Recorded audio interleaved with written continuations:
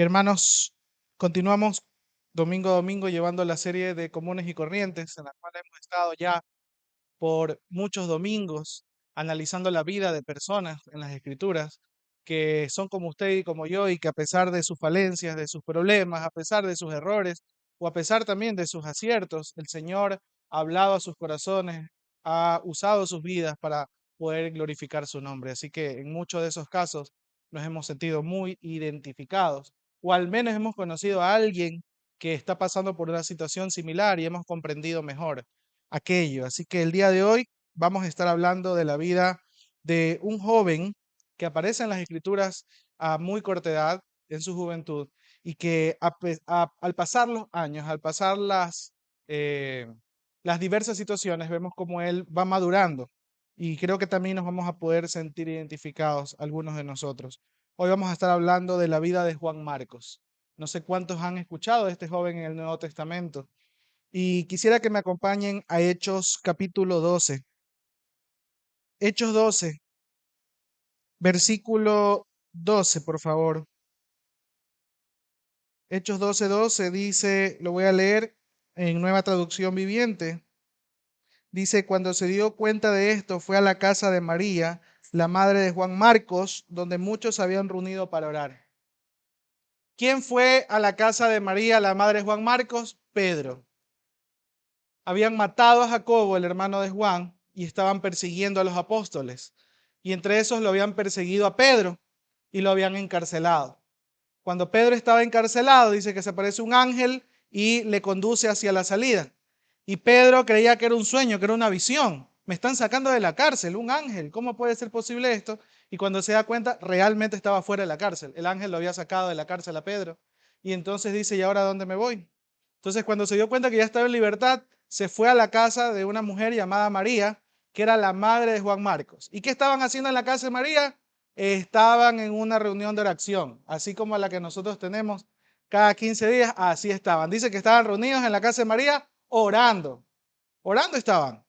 No dice que estaban jugando, play, estaban en alguna otra actividad. Estaban orando, dice, en la casa de María. Y ahí había el jovencito de la casa, Juan Marcos, estaba allí en la reunión de oración.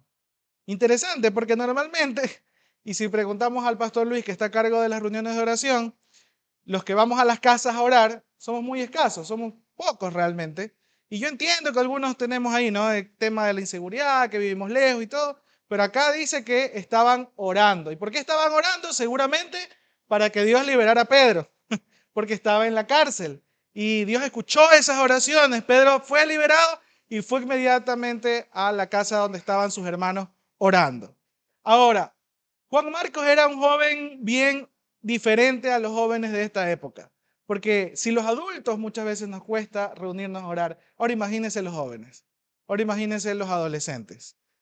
Esta es una generación que lastimosamente da a relucir que no solamente los adolescentes se comportan insensatamente, sino aún muchos adultos nos comportamos como adolescentes. De hecho, hay un libro que se llama, si me puedes poner la diapositiva anterior, Generación Idiota, de Agustín Laje, donde él habla del adolescentrismo.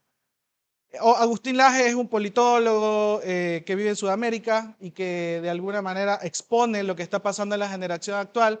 Y es que hay muchos adultos, ya teniendo una edad de adultez, que se comportan como adolescentes. Y esa generación está promoviendo cambios en el lenguaje y ahora ya no podemos referirnos a todos los seres humanos como masculinos, sino que hay que referirnos masculinos, femeninos y con y con un montón de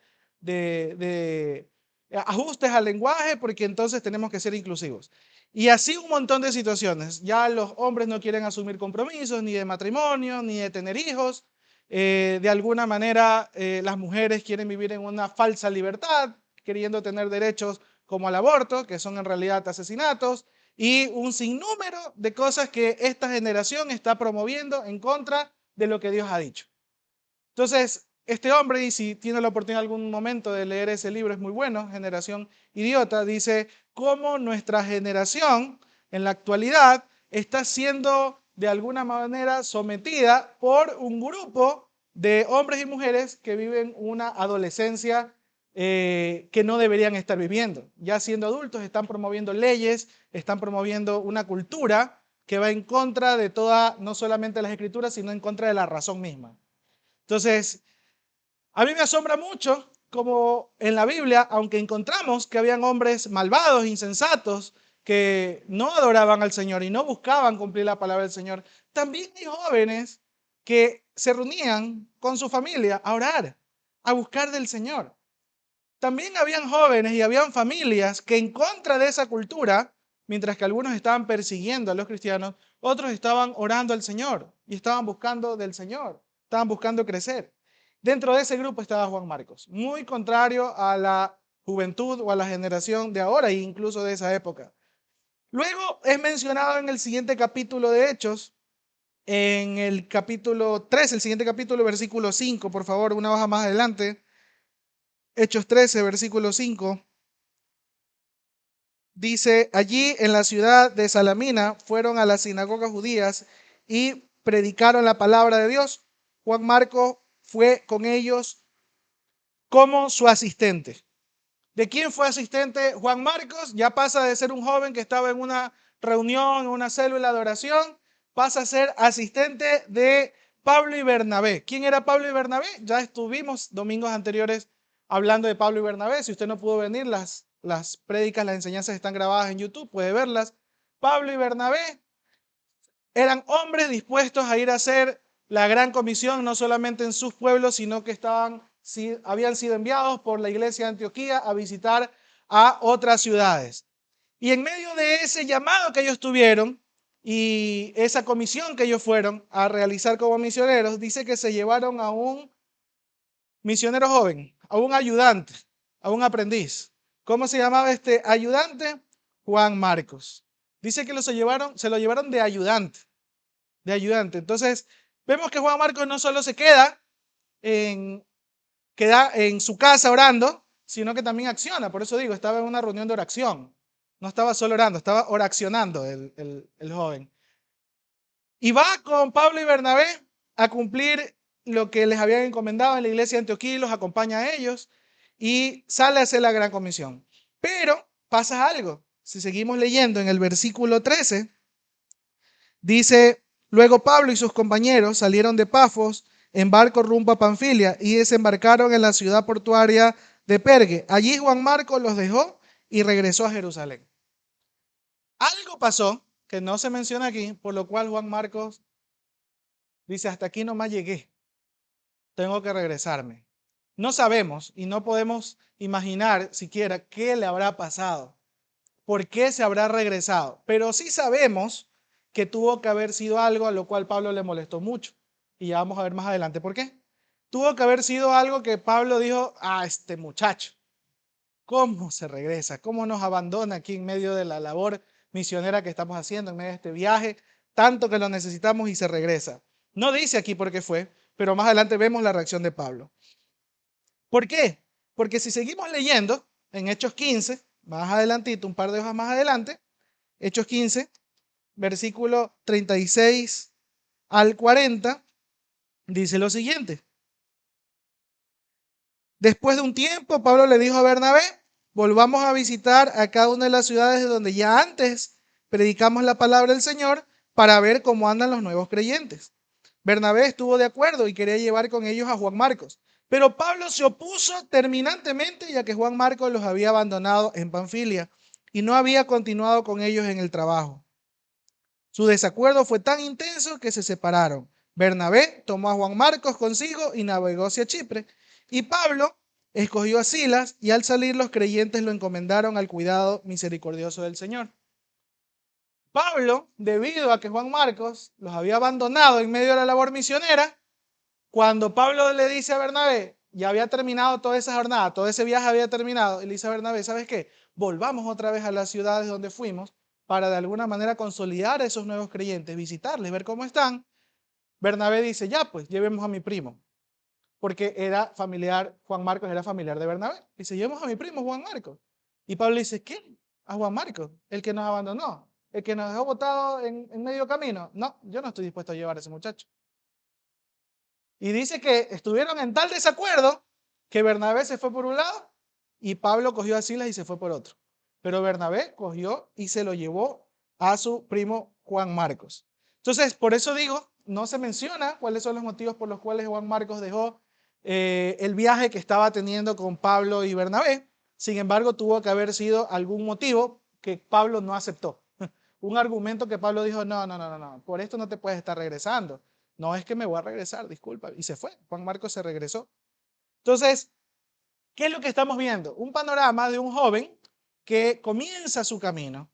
Comienza su caminar haciendo la voluntad del Señor, acompañando a estos grandes siervos de Dios. Sin embargo, siempre en nuestros comienzos vamos a tener tropiezos. En nuestros comienzos vamos a tener inmadureces, vamos a cometer torpezas, vamos a tomar malas decisiones. Muchas veces nos llenamos de cobardía, nos llenamos de vergüenza, nos llenamos de alguna manera prejuicios que tenemos, no sé, de desánimo. Algunos dicen, si leemos la historia de lo que estaba haciendo Pablo y Bernabé en las ciudades que iba Juan Marcos, dice que se estaban convirtiendo muy pocos y que había mucha oposición. Seguramente dicen algunos autores, dicen, Juan Marcos se decepcionó de lo que estaba pasando y dijo, mejor estoy en mi casa, con mi familia, orando. Aquí estamos perdiendo el tiempo. Algunos dicen, se pudo haber desanimado de lo que estaba viviendo con Pablo y Bernabé. No tenía la madurez suficiente para entender la obra en la cual estaban involucrados y se regresa. Entonces, no sabemos específicamente por qué, podemos imaginarnos un poco, pero la verdad es que el joven estaba perseverando en el Señor a pesar de sus fracasos, a pesar de sus malas decisiones, estaba perseverando. ¿Quién lo ayudaba a perseverar? Hasta aquí, Bernabé. Pablo no quería saber nada. Bernabé, que era primo y que también tenía un corazón muy compasivo. Ya compartimos la historia un poco de Bernabé, como era un gran mentor, un gran maestro, que incluso estuvo acerca de Pablo para introducirlo con los apóstoles, porque los apóstoles no querían recibirlo a Pablo porque era un matón de cristianos. ¿Cómo es que se convirtió y tenían miedo? Ya lo estuvimos viendo en enseñanzas pasadas. Entonces Bernabé, ese corazón compasivo, ese corazón paternal, no lo dejó abandonado a Juan Marcos. Dijo, vamos a darle una segunda oportunidad, mostrando la gracia del Señor que tiene para con todos nosotros cuando nos equivocamos. Ok, Juan Marcos persevera, madura, y luego en las cartas que escribe Pablo, sorpresivamente, ahora aparece siendo alabado por Pablo. Filemón, capítulo 1, versículo 24. Por favor, acompáñenme. Ah, sí, aquí está. Es 1:24, perdón, B25. Dice, en las saludos finales de Pablo, en la carta de Filemón, dice, Pafras, mi compañero de prisión en Cristo Jesús, les manda saludos. También los saludan Marcos, Aristarco, Demas y Lucas, mis colaboradores. Dice Pablo, ahora era colaborador Juan Marcos de Pablo.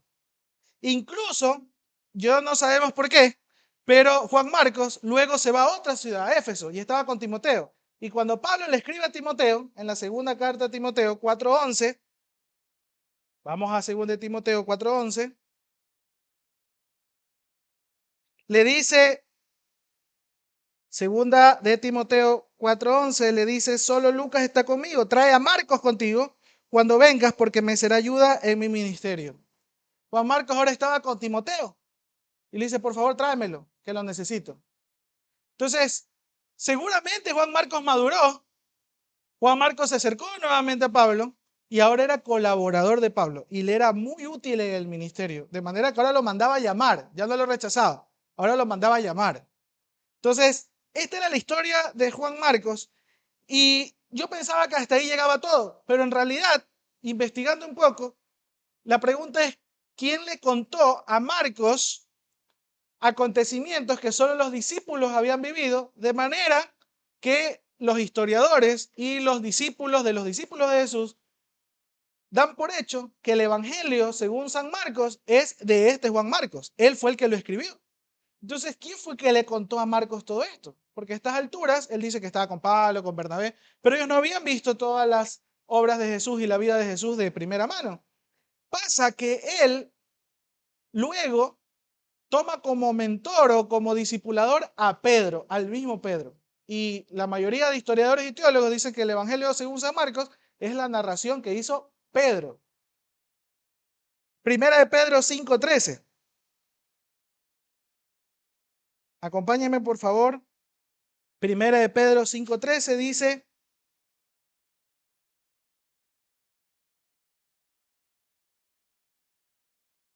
Su iglesia hermana aquí en Babilonia les manda saludos, al igual que mi hijo Marcos. Salúdense unos a otros con un beso de amor. La paz sea con todos ustedes que están en Cristo. Ahora Juan Marcos ya no estaba en Éfeso, ya no estaba con Pablo, ahora estaba con Pedro y estaba en Babilonia. Juan Marcos ahora se le había pegado a Pedro. Y estando con Pedro, algunos teólogos historiadores dicen que allí fue cuando Pedro le contó todas las cosas que vivió con Jesús y entonces Juan Marcos se dedica a escribir. Y allí tenemos el Evangelio de Marcos. Entonces, a mí me impresiona mucho esto. ¿Por qué? Porque si usted se da cuenta, en el Nuevo Testamento y el Antiguo Testamento hay muchos nombres sobresalientes, ¿no? Porque se narra la vida de ciertos personajes que usted dice, wow, yo quisiera ser como el valiente David. Yo quisiera ser como, de alguna manera, el rey Salomón con su sabiduría, porque se narra la historia de todos ellos, ¿no? Y cómo Dios los escogió, los trató. Y así vamos. Yo quisiera ser como Pablo, yo quisiera ser como esa persona, o los admiramos, ¿no? Decimos, yo de alguna manera quisiera imitar a esto. Pero yo no sé cuántos de nosotros hasta el día de hoy dijimos, yo quiero ser como Juan Marcos. Porque Juan Marcos no es, la vida de Juan Marcos no es una vida que usted puede ver sobresaliente, donde se narre de su historia, de sus acontecimientos, hacia detalle, de dónde vino, de la familia y todo. Solo se dice lo que acabamos de mencionar. No hay más historia de Juan Marcos. Solo los versículos que vamos a leer nos podemos hacer una idea de quién era Juan Marcos. Entonces la historia de Juan Marcos pasa un poco desapercibida en las escrituras, según lo que leemos, pero en realidad tuvo un impacto muy profundo. ¿Por qué?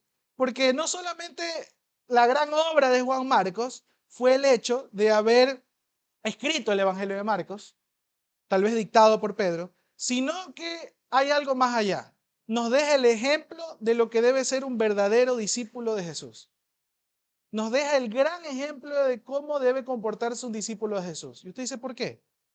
No camino junto a Jesús. Pero las características que él tenía eran las que en los evangelios vemos que debe tener un discípulo de Jesús. ¿Como cuáles? Primero, una actitud enseñable. Una actitud enseñable. Muchos de nosotros comenzamos en nuestro caminar con el Señor. Vamos a la iglesia, leemos la Biblia, leemos uno y otro libro, y ya cuando de alguna manera ya nos hemos leído una vez la Biblia al menos, ya creemos que ya sabemos bastante. O ya cuando tenemos un par de años en la iglesia decimos, ya sé bastante ya del Señor. En realidad sabemos muy poquito, pero de alguna manera, no sé si por la felicidad que tenemos de ya conocer un poco al Señor, nos jactamos de que sabemos mucho. En realidad, un discípulo de Jesús siempre tiene que considerar que siempre tiene algo nuevo que aprender. Siempre está a los pies de su maestro para poder aprender y reaprender muchas cosas que al parecer ya sabía, pero las había aprendido mal. Un discípulo de Jesús tiene que tener un corazón enseñable. Yo creo que esa fue una de las características que lo llevó a Juan Marcos a vivir la vida que llevó, una vida trascendente en el Señor. Aunque no se habla mucho de su vida, las cosas que hizo y las cosas que se mencionan fueron muy trascendentes. Ser colaborador de Bernabé, de Pablo y de Pedro. O sea, yo pensaba que Timoteo era lo máximo, ¿no? Como hemos visto, discípulo de Pablo era Timoteo, pero yo digo, Juan Marcos estaba por ahí. Juan Marcos era un joven que estuvo siempre dispuesto a aprender. Y no es que ya después del primer viaje cogió y dijo, ya aprendí, pues si ya me fui con Pablo y Bernabé, hice algún viaje misionero, yo ya soy misionero, ya aquí ya no necesito más, tráiganme a otros para enseñarles. No, él con humildad aprendió a estar buscando siempre a alguien que le estuviera instruyendo. Primero fue Bernabé, ahí estuvo Pablo, al final de sus días fue Pedro. Algunos historiadores dicen que era el discípulo amado de Pedro, que era el que estaba allí junto a Pedro, siendo instruido ya en sus últimos años de vida. Y creo yo que es una actitud que todos nosotros necesitamos aprender. Porque para tener un corazón enseñable, tenemos que tener mucha humildad. Jamás en nuestro corazón debe haber esa vanagloria de decir ya lo sé todo. O la verdad es que ya lo sé, ya sé lo suficiente como para poder hacer esto o aquello. Las escrituras dicen que la vida eterna consiste en conocer a Jesucristo, nuestro Señor, a Dios mismo. En eso consiste la vida eterna, en eso consiste vida cristiana, en conocerle al Señor? ¿Cuándo paras de conocer a un Dios eterno e infinito en poder, e infinito en conocimiento? ¿Cuándo puedes decir ya lo conozco lo suficiente?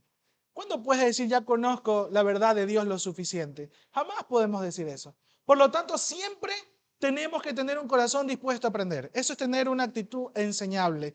Y de eso carecen las iglesias. ¿Por qué digo carecen las iglesias? Porque las iglesias siempre nos esmeramos por no solamente tener una enseñanza el domingo. Estamos allí organizándonos para tener escuelas bíblicas, que el primeros pasos, que doctrina 1, que doctrina 2, y luego les pido a las hermanas, por favor, tengamos un estudio bíblico solo para caballeros, solo para damas, y ahí están los hermanos tratando de organizar el estudio bíblico de caballeros, el estudio bíblico de damas, y no nos basta con eso, vamos a tener un ayuno, y ahí estamos, el próximo mes, ya los sábados, todos van a estar invitados a un tiempo de ayuno en el que vamos a tener también aprendizaje de parte del Señor. Y no basta con eso, la noche hay que seguir aprendiendo del Señor, vamos a hacer una vigilia para poder gozarnos del Señor y aprender. Pero a la gente eso le parece activismo. Dice que esta iglesia solo hace culto, solo no me dejan en paz. Hermanos, lo único que estamos haciendo es que usted, en medio de una semana donde usted recibe un bagaje de información de una generación idiota, adolescentrista, que le está lavando la cabeza, tratamos de que usted tenga unas pocas horas a la semana, de que usted pueda aprender al Señor todos juntos, donde podamos juntos aprender, juntos edificarnos.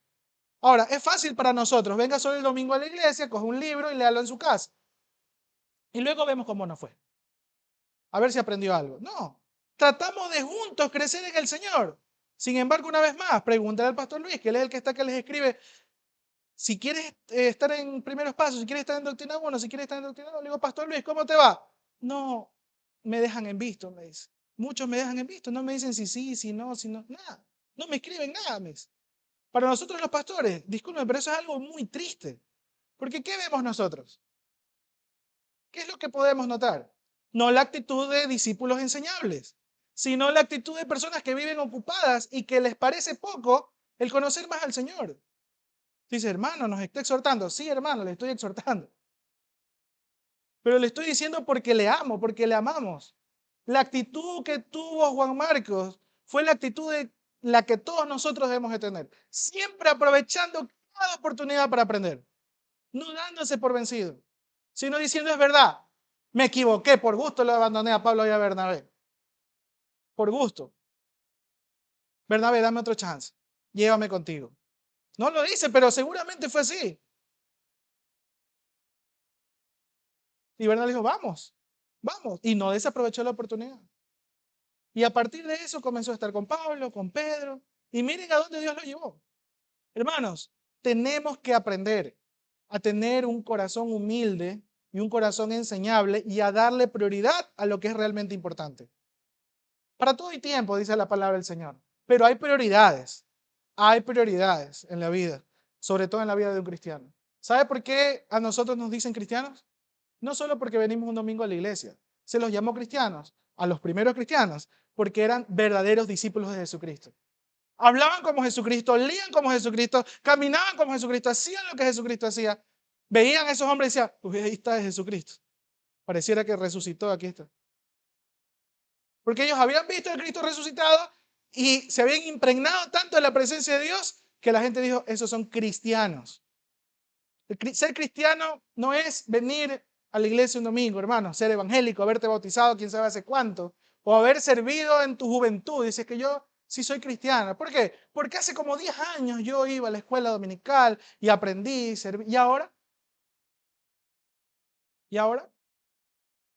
Entonces, hermano, la vida de Juan Marcos a mí no solamente me enseña, sino que me exhorta, me confronta.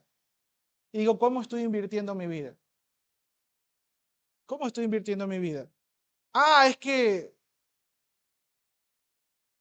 algunos en esta generación idiota, adolescentrista, buscan promover su nombre. Y así estamos, agregándole, siempre digo, agregándole abreviaturas al inicio del nombre. Ya no nos quedamos tranquilos con el ser ingeniero. Ahora queremos un MS ahí, un máster. Ya no nos quedamos tranquilos con el máster, ya queremos ahora un PhD y el doctorado, ¿sí o no? Y siempre estamos buscándole ahí agregar cosas más a nuestro nombre, pensando que esos títulos de alguna manera nos dan mayor reputación o mayor identidad. No digo que esté mal estudiar, hermanos, no digo que esté mal hacer una maestría, no digo que esté mal hacer un PhD.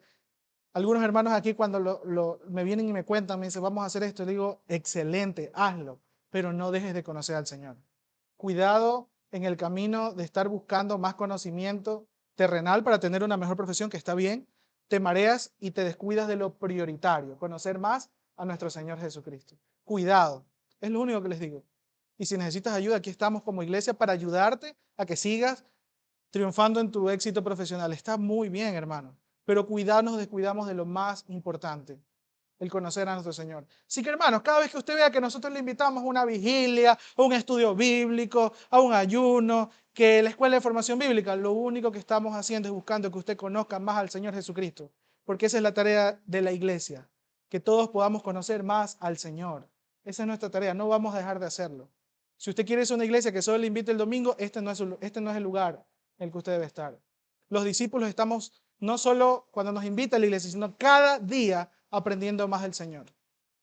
Porque eso hace un aprendiz, pues, del maestro. Está a los pies del maestro cada día. Amén. Bueno, y si no dicen amén, así es, hermano. Así es. No puedo hacer otra cosa que decirle la verdad. La verdadera grandeza comienza con la humildad. La Biblia nos dice que para ser grandes hay que servir a los demás. Y la humildad es el centro del corazón de un discípulo. Si alguien me pregunta, ¿cuál es el problema por lo cual muchos de nosotros no aprovechamos las oportunidades de crecimiento y de aprender más del Señor? Y preferimos quedarnos en casa haciendo otra actividad, haciendo otra cosa, y no aprovechamos aprender más de Cristo. Yo creo que es la falta de humildad. No solo la falta de mayordomía en administrar mejor el tiempo, sino la falta de humildad. Yo conversaba con el pastor Luis esta semana y le decía, si yo fuera a otra iglesia, después de todo el tiempo que he venido conociendo al Señor y en esa iglesia me dicen, bueno, como eres un miembro nuevo de esta iglesia, tienes que empezar todo el proceso que nosotros tenemos de cero y tienes que empezar primeros pasos. Yo le decía al pastor Luis, a mí me costaría mucho, ¿sabes? Porque yo ya he estudiado un seminario bíblico, ya he sido pastor tantos años. Me costaría un poco, le digo, pero la verdad es que reconozco que eso es falta de humildad. Y si esa iglesia me pide a mí que yo tenga que empezar de nuevo el proceso, porque esa iglesia me considera como un potencial maestro, puede ser de ese curso, yo tengo que tomarlo. Porque eso nos trae al otro punto. Hay que ser obedientes. Otra característica de un buen discípulo es que hay que ser obedientes. Somos obedientes o tratamos de ser obedientes en casa. Hay reglas. Tratamos de ser obedientes en el trabajo. Hay reglas. Le dice a qué hora llegar, a qué hora salir. Pero cuando en la iglesia de alguna manera ponemos algún tipo de orden o de regla, hermano, usted está siendo exagerado. Es que aquí no, es que no, pero ¿por qué? Nosotros aquí en la iglesia deberíamos ser los más organizados, disciplinados que en cualquier otro lugar. Porque esa es la característica de los discípulos de Jesucristo. Ser obedientes. Necesitamos no solo conocer la voluntad de Dios en nuestra vida, sino ser obedientes en seguirla. La voluntad de Dios es que cuando Jesucristo vino, formó un grupo, no solamente de apóstoles, sino un grupo de discípulos que era más amplio, y se les encomendó que vayan y prediquen las buenas nuevas de salvación, y que vayan y los bauticen en el nombre del Padre, del Hijo y del Espíritu Santo. Y allí se comenzaría a establecer lo que en hecho vemos como la iglesia de Cristo. ¿Ok? Cuando vemos la iglesia de Cristo, vemos que habían autoridades, vemos que habían pastores, habían diáconos, que eran las autoridades en la iglesia para no solamente orar, enseñar la palabra, sino también para el servicio. ¿Ok? Y vemos que también había disciplina. Y vemos que también había exhortación. Si usted lee las cartas de Pablo, no eran, ay, qué bonito que se están portando, Corintios. Ustedes son una gran iglesia perfecta. Va a ver en la carta de los Corintios cómo los exhorta fuertemente Pablo y los corrige. Entonces, eso es la iglesia. La iglesia es un grupo de creyentes, de amigos, de hermanos en la fe, de la familia de Dios, pero que la dinámica está clara en la prioridad, conocer más al Señor, pero también en disciplinarnos hacia una dinámica de obediencia a lo que Cristo nos ha dejado. Y es vayan y anuncien las buenas nuevas de salvación. Vayan y bauticen en el nombre del Padre, del Hijo y del Espíritu Santo. Ejerzan los dones para la edificación de todos. Esa es la dinámica de la iglesia. Así que si en alguna cosa tenemos que disciplinarnos y ser obedientes, es en esa dinámica. ¿Cuántos de nosotros no hemos sido tal vez convocados o no hemos sido de alguna manera llamados a colaborar en algo en la iglesia? Ah, hermano, no puedo. Ah, hermano, es que no tengo tiempo. Ah, hermano, es que estoy lejos. O es que no puedo. Es que podemos obedecer cualquier cosa menos las cosas que son importantes. Entonces, hermanos, si le digo esto, primero es porque si Dios me ha llamado a pastorear esta iglesia, yo anhelo que no solo yo sea exhortado por esto que estoy aprendiendo, sino que todos podamos animarnos a ser más enseñables, pero también más obedientes a la voluntad de Dios. Si usted tiene un don, hermano, yo no me voy a cansar de decirle, ejercite ese don, ponlo en práctica. No, hermano, es que yo siento que Dios me está llamando a, qué sé yo, a colaborar en misiones en otro lado. Pero la verdad es que el clima, la comida, y aquí estoy bien cómodo, acá está, hermano, ahí me va a ver a mí. Tratando de moverlo y decirle, hermano, eso no es lo más importante. No, hermano, es que Dios me está llamando a la enseñanza. Ok, entonces nos vamos a organizar para ver cómo puedes estudiar en un seminario bíblico. Cómo puedes tomar una maestría de teología, ¿no? Tal vez de tu carrera de teología porque quieres ser maestro. No, pero es que cuesta mucho, pero es que son muchas horas y mi trabajo, no tengo tiempo. Excusa, excusa y excusa. La iglesia tenemos que estar dispuestos a poder salir de esa zona de confort, dejar las excusas a un lado, dejar esos argumentos y poder hacer lo que Dios nos ha mandado a hacer. Eso es ser obediente también. Eso es ser obedientes. Entonces, ¿se imaginan la repelada que le ha de haber pegado a Bernabé a Juan Marcos cuando se fue? Me haces quedar mal. Mira cómo Pablo se enojó. Ya no está en la casa, ya. De luego hablamos. ¿Usted cree que no le dijeron nada? Tuvieron que haberle pegado la repelada a Juan Marcos. Sin embargo, no se dio por vencido. Ni Bernabé se dio por vencido, ni Juan Marcos se dio por vencido. Entonces, ni yo me voy a dar por vencido, ni usted tiene que darse por vencido. Amén. Y si no dice amén, así es. Hay muchos que por el temor, la vergüenza o la duda dejan de hacer lo que Dios les llama por labrar un camino en sus propias fuerzas. Hermano, el mensaje de Jesucristo era bien tajante, era bien confrontante. Lucas capítulo 14, cada vez que leo este versículo a mí se me estremece todo, porque yo amo mucho a mi familia. Lucas 14, 25 dice, 25, 26 dice, una gran multitud seguía a Jesús. Él se dio vuelta y les dijo, si quieres ser mi discípulo, debes aborrecer a los demás, a tu padre y madre, esposa, hijos, hermanos y hermanas. Sí, hasta tu propia vida. De lo contrario, no puedes ser mi discípulo. Yo cada vez que leo este versículo digo, ¿qué es esto? ¿Cómo que aborrecer?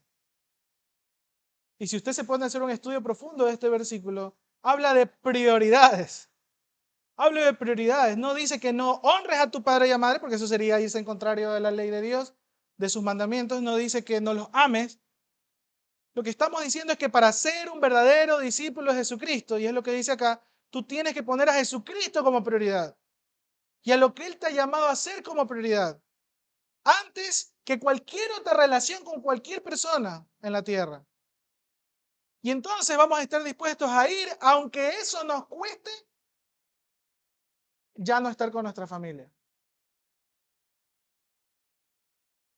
Y yo, muchos que conocen la vida de algunos líderes aquí en la iglesia, algunos somos de Milagro, de La Troncal, somos de Barcelona Maridueña. Y la pregunta es, ¿por qué estamos aquí? ¿No estaremos bien tal vez con nuestra familia? ¿No estuviéramos en mejor situación, un poco más cómodas, tal vez con alguna ayuda de nuestros padres, de nuestros abuelos, en nuestra tierrita, como decimos, ¿no? Ahí estuviéramos ya no pagando tanto arriendo, tanta luz, pasando tantas peripecias en la calle con tanta delincuencia aquí en Guayaquil. ¿Y por qué estamos aquí?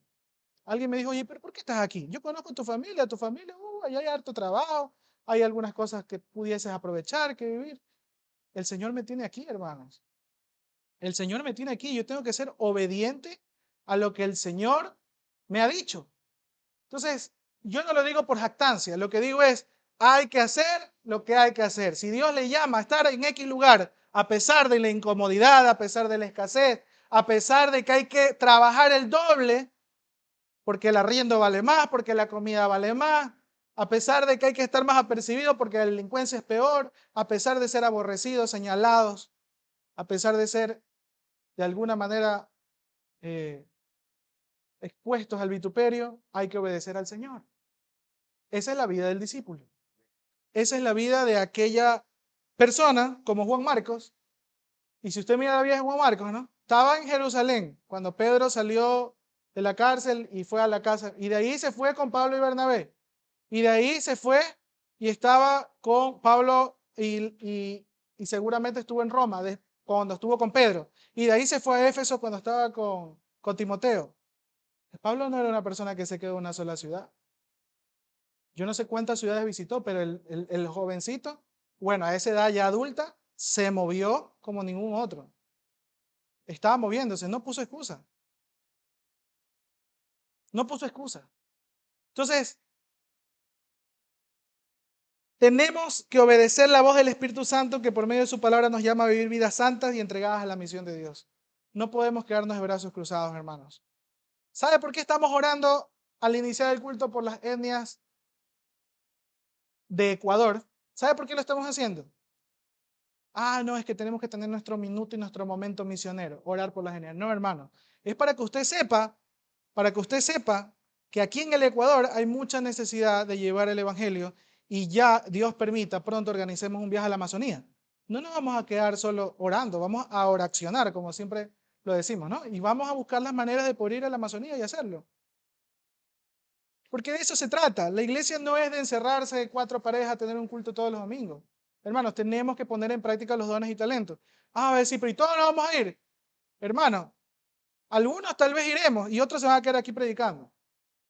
¿En serio, pastor? Sí, así que prepárese. Puede ser que unos tengamos que salir y si nos vamos los dos pastores, ¿quién se va a parar acá a predicar?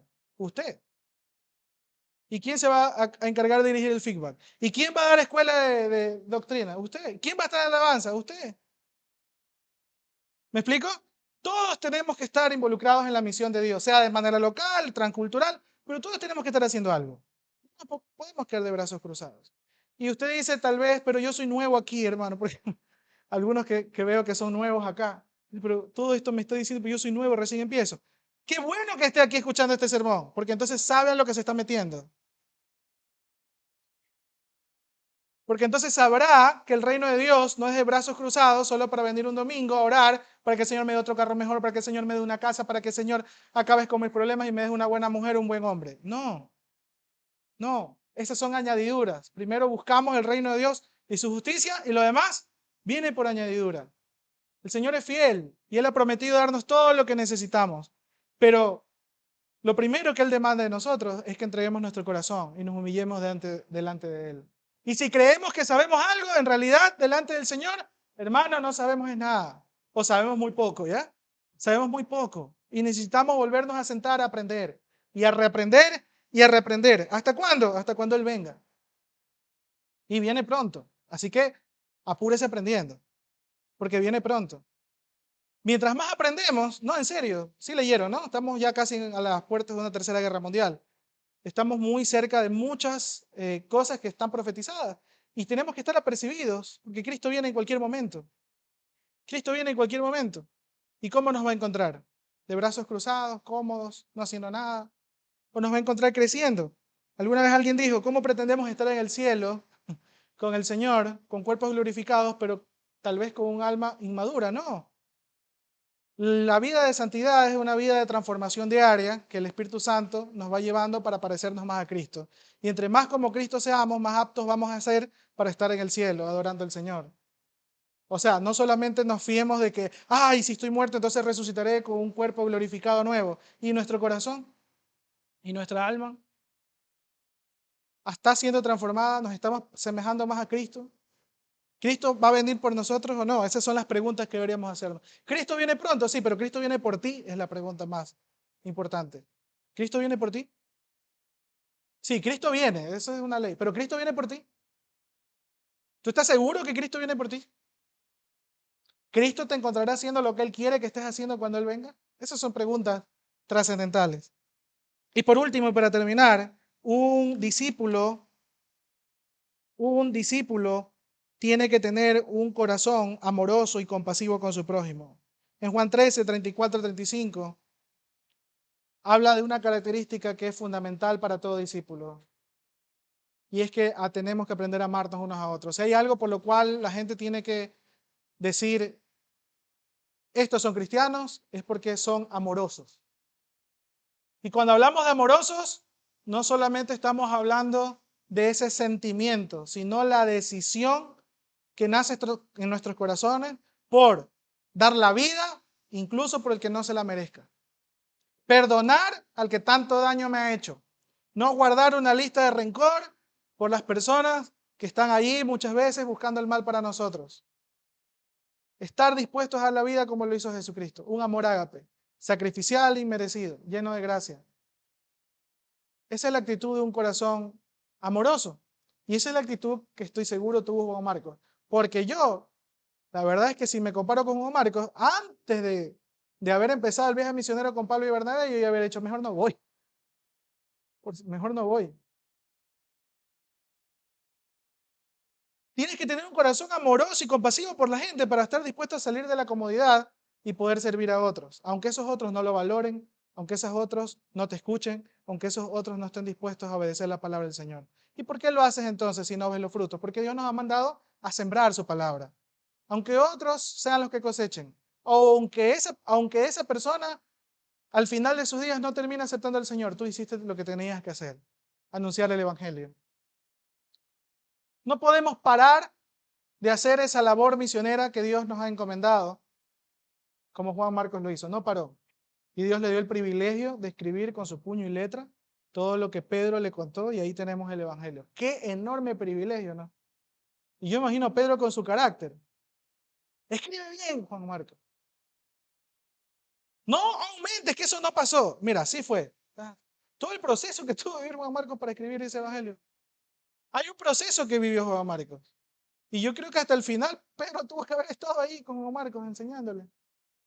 No piensen que fue fácil. No, no, es que ya Juan Marcos creció, maduró y ahí estaba al lado de Pedro siendo el redactor, ¿no? De Pedro ahí. No, no, no. Hasta el último momento me imagino a Juan Marcos siendo retado, pero allí no se dio por vencido. Allí no se dio por vencido. Cumplió lo que Dios le había mandado a hacer. Los dones y talentos que Dios les había dado, lo habían puesto en práctica. ¿Y por qué digo también que un corazón amoroso no guarda rencor? Juan Marcos facilito se pudo haber resentido cuando Pablo no lo quiso llevar al viaje. Cuando Pablo se opuso a que él vaya con ellos, cuando Bernabé le pidió, no, yo no voy. Porque este Pablo no me quiere llevar. Y así muchas veces somos inmaduros nosotros, ¿no? No es que ya no quiero ir a la iglesia por esto. No es que ya vi algo que me cayó mal. No es que la verdad es que Juan Marcos no dice en las escrituras que guardó resentimiento, que se enojó con Pablo. Entendió que había hecho mal tal vez. Entendió que tenía que ser corregido. Y se dispuso a ir con Bernabé. Bueno, ya no me quiere llevar Pablo, me voy con Bernabé que sí me quiere llevar. Y después me encontraré ahí un espacio para servir con Pablo. Y así fue, se encontró con un espacio para servir con Pablo como colaborador de Pablo. Hermano, no se rinda. Si usted Dios lo ha llamado a ser maestro, péguesele, aunque Raúl, Luis, chuta, pero es que no tengo tiempo. No, péguesele ahí, esté ahí. Hay algunos hermanos que me dicen, en serio, me han dicho, hermano, quiero ser maestro. Yo le digo, ya, pues pégatele a Raúl, pégatele a Luis. Pregúntale a Luis en qué seminario está. Pregúntale cosas teológicas, habla con Raúl. 2 horas que hables con Raúl te vas a dar cuenta si quieres ser maestro o no. ¿Sí o no? Los que han hablado con Raúl. Raúl Orellana, por si acaso. Ya lo van a conocer los que no lo conocen. No, hermano, es que me habla de cosas que no entiendo. Persevere, vaya, busque, dígale qué libro leo y ahí le va a mandar a leer un poco de libros. Persevere, busque, insista, no se dé por vencido. No, es que Raúl ya me puso 0, ya me quiere botar de la escuela bíblica porque... No, persevere, vaya otra vez. Se no abrió un nuevo módulo con Raúl. Ve, quédese ahí. Así como en la universidad a veces buscábamos perseverar en una materia que nos habíamos quedado. Así mismo acá, no se sienta mal porque tal vez en la escuela bíblica no le fue bien y se metió a primeros pasos y no lo terminó, se metió a doctrina 1 y en el módulo le fue mal. Persevere, hermano, persevere. Para mí ese es el ejemplo que me da Juan Marcos, perseverar, ser un verdadero discípulo del Señor, enseñable, obediente, amoroso y compasivo, no guardando rencor en su corazón. Porque todos nos equivocamos, hermano. Todos nos equivocamos. Hay algunos que después de un año me dicen, pastor, sí sabe, alguna vez yo me resentí con algo que usted dijo. Usted dijo esto, oye, pero a ti no te lo dije, yo se lo dije a otra persona. Ay, entendí mal. Ni siquiera se lo había dicho a él. Y hay personas que se resintieron en su corazón. Por algo ni siquiera que le dije a él, se lo dije a otra persona y ya fue con chanfle el mensaje y el otro se resintió y nunca lo dijo, nunca lo mencionó y ahí se resintieron todo un año. Hermanos, hay que tener un corazón amoroso, compasivo y el que ama, perdona. Y el que ama está dispuesto a arreglar los asuntos que tal vez hay pendientes con sus hermanos, no solo con el pastor, el maestro, con sus hermanos. Porque no hay manera de poder servir al Señor si no aprendemos a estar a cuentas con los demás, si no aprendemos a perdonar y a estar a cuentas con todos nuestros hermanos. No podemos ejercer lo que Dios nos ha llamado a hacer, a servir, si no estamos a cuentas con otros. Vamos a orar, hermanos, y que Dios nos ayude a que el Espíritu Santo nos siga exhortando, nos siga reprendiendo, nos siga enseñando más de la vida de estos hombres en las Escrituras que, como les digo, no muchos tal vez conocían a profundidad la historia de estas personas, pero que nos deja un gran ejemplo de cómo Dios quiere que llevemos nuestra vida.